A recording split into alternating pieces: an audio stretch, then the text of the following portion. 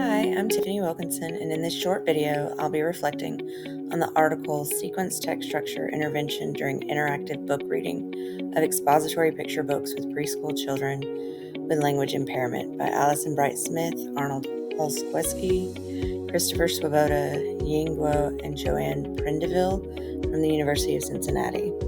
I'll cover some key takeaways, tips for educators, and ways parents can help at home.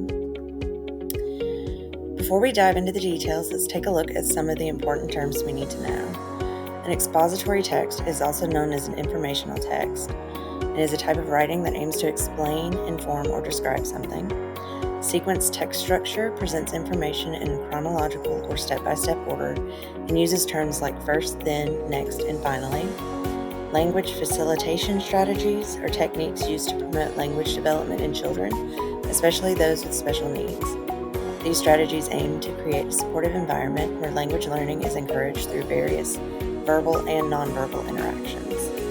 Interactive book reading is a method where a reader, like a parent or teacher, actively involves children in the reading process, encouraging them to ask questions, make predictions, and discuss the story. So what was the study about?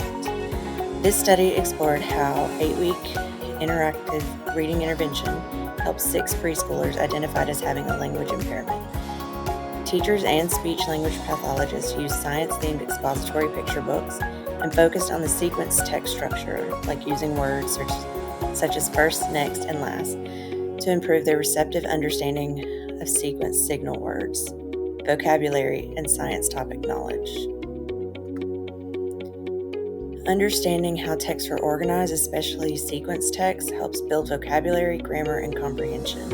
It offers the educator to relate the subject matter to the vocabulary to real-life experiences.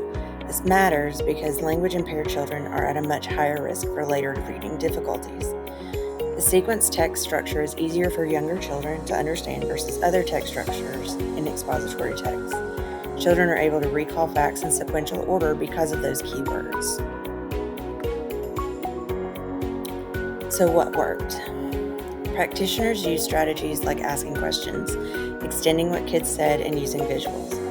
Over time, both the adults and the children improved. Children made gains in their understanding of sequencing, vocabulary, and science concepts, and the adults increased their overall language facilitation strategies. So some tips for educators. Educators can use expository text to teach science content and language at the same time. They can also include signal words during reading. They can then reinforce the sequence with hands-on activities like role play or building sequences with cards. At home, parents can talk through steps of doing normal everyday routines, like how to make a sandwich or get ready for bed, making sure to use those transition words like first, next.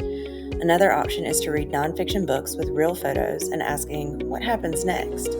Parents can also relate the material back to real-life examples or experiences they've had with their child. This study shows that even simple strategies like using sequencing words and reading factual books can have a big impact. Expository texts are often overlooked because we believe that it won't engage younger children and forget to take into account that younger children are still trying to figure out the world, and these texts are a great way to explore the world around them.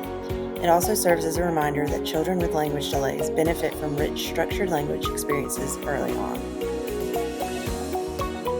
Thank you for watching. I hope you found this summary helpful and inspiring. And these practices can make a real difference for your young learners.